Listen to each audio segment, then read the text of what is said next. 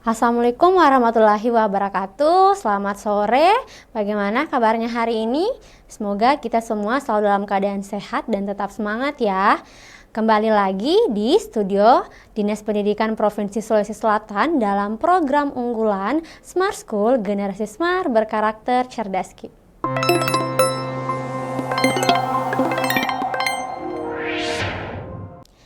Baik, berjumpa lagi bersama saya Andi Nurul Suci Aulia atau akrab disapa sebagai Kak Suci.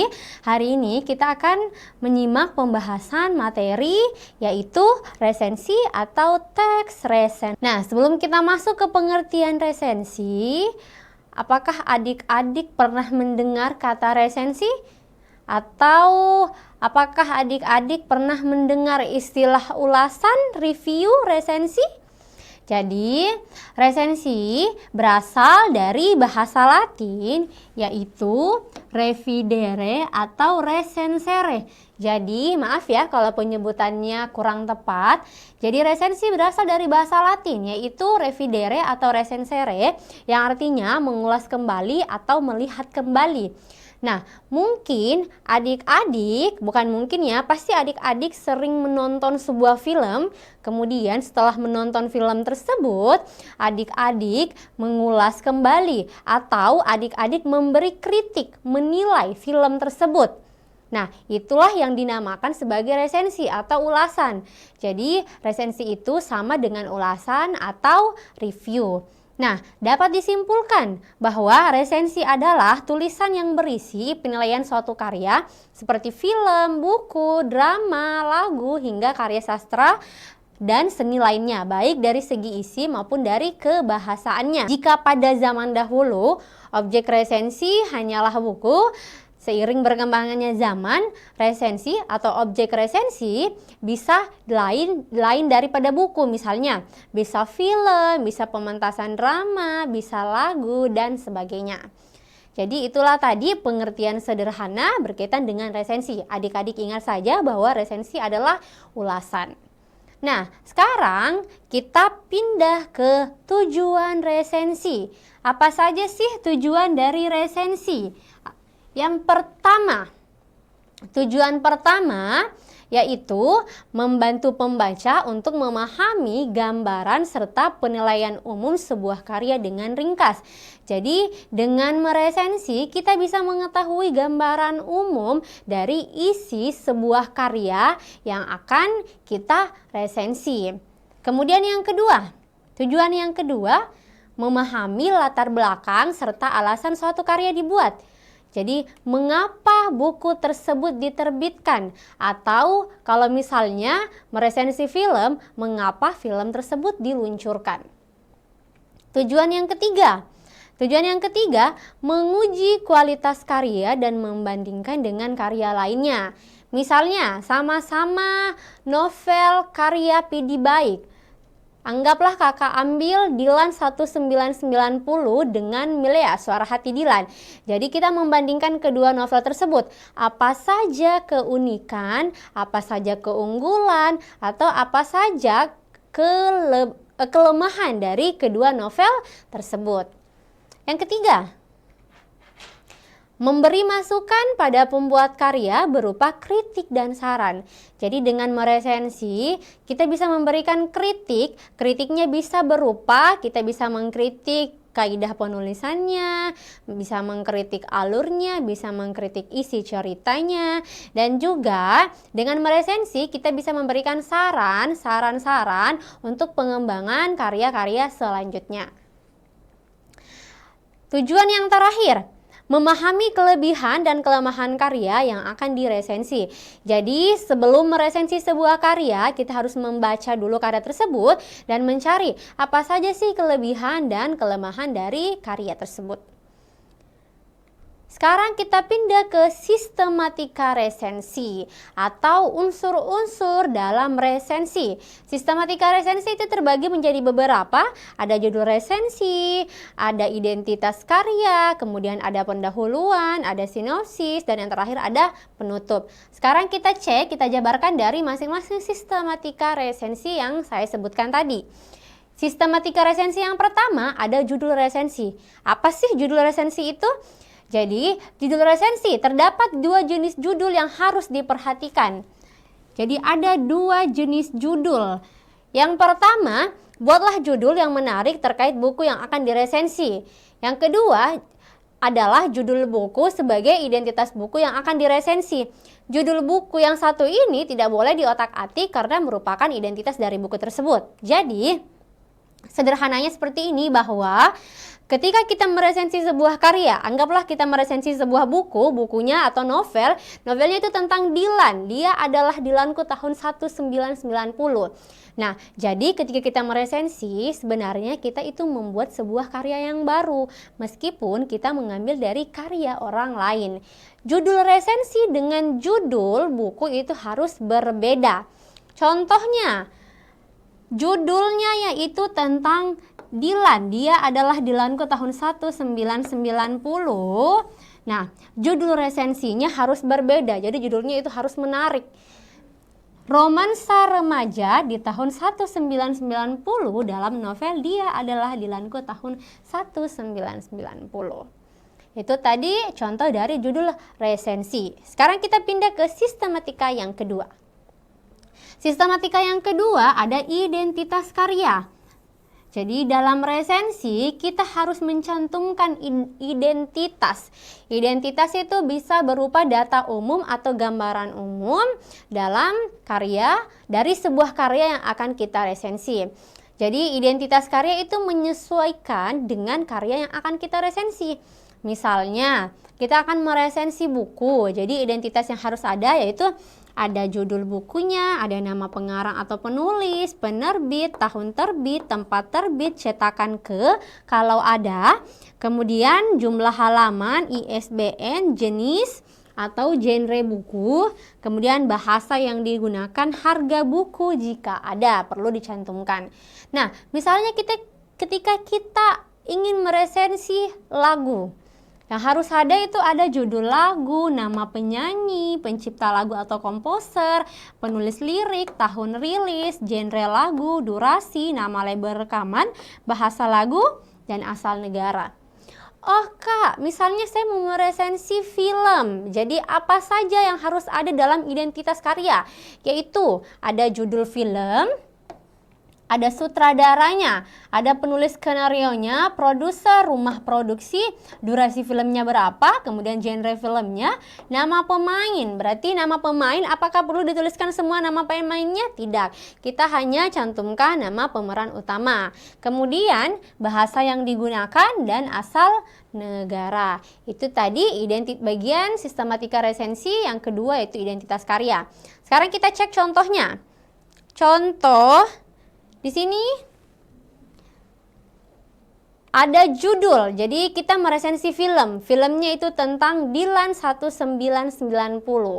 Jadi pada bagian identitas ada judulnya, kemudian ada sutradaranya, kemudian ada penulis skenarionya, produsernya, tahun rilisnya, dan sebagainya. Jadi adik-adik bisa melihat contoh dari identitas karya ketika yang diresensi adalah sebuah film.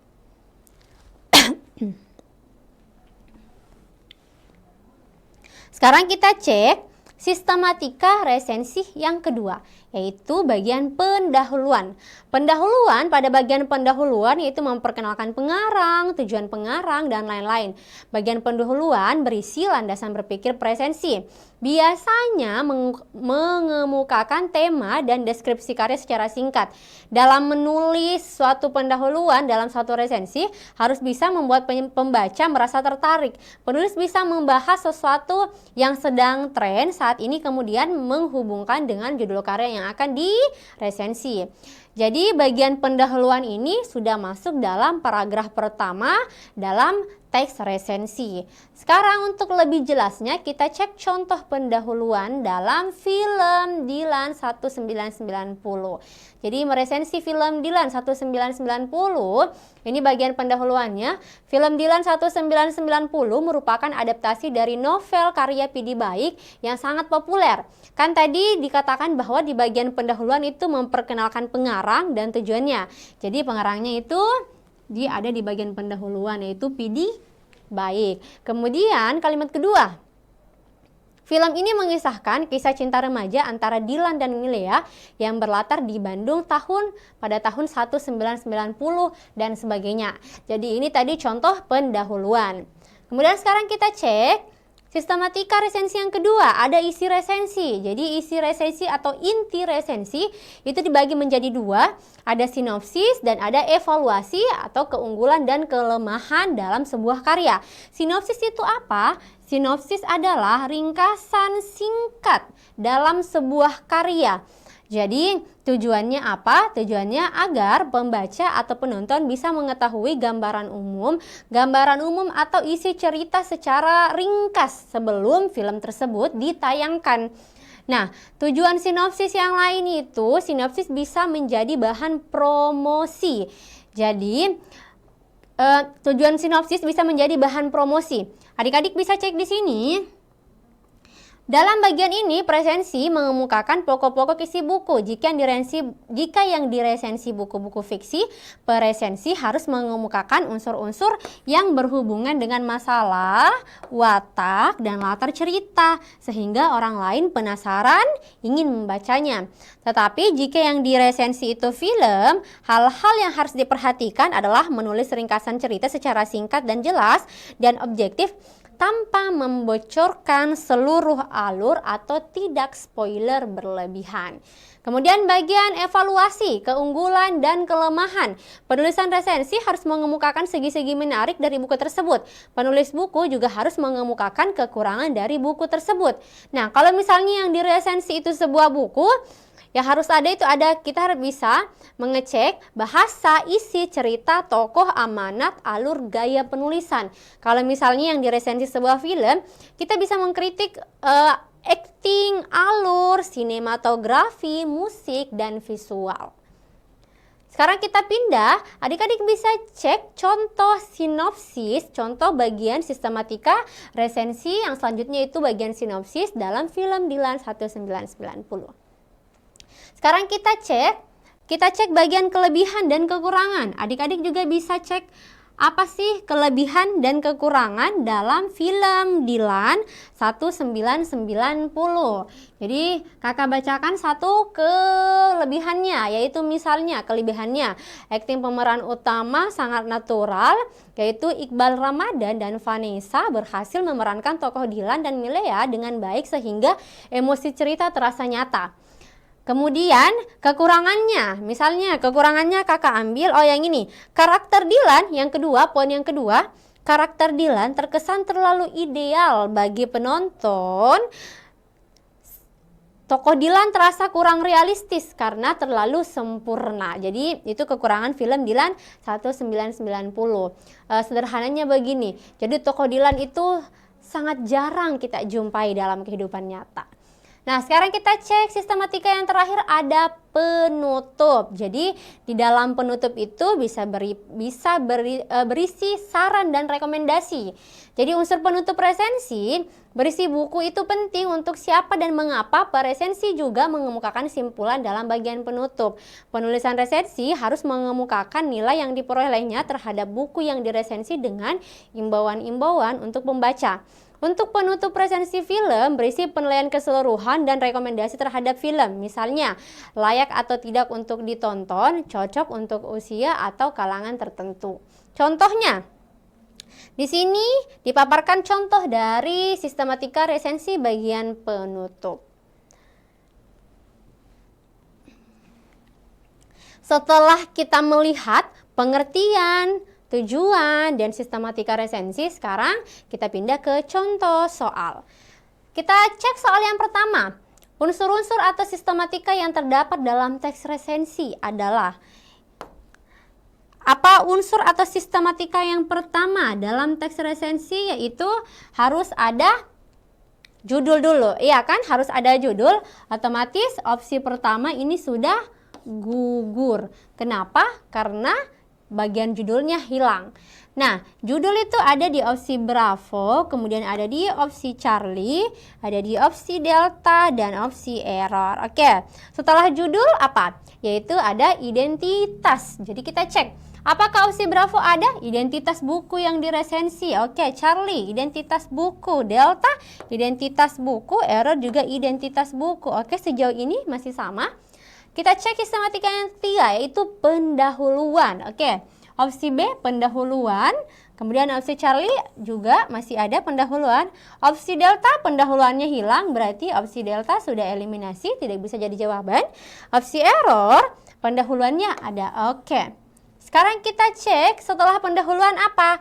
Yaitu ada inti atau isi resensi. Oke. Antara Bravo dengan Delta. Apakah ada inti atau resensi?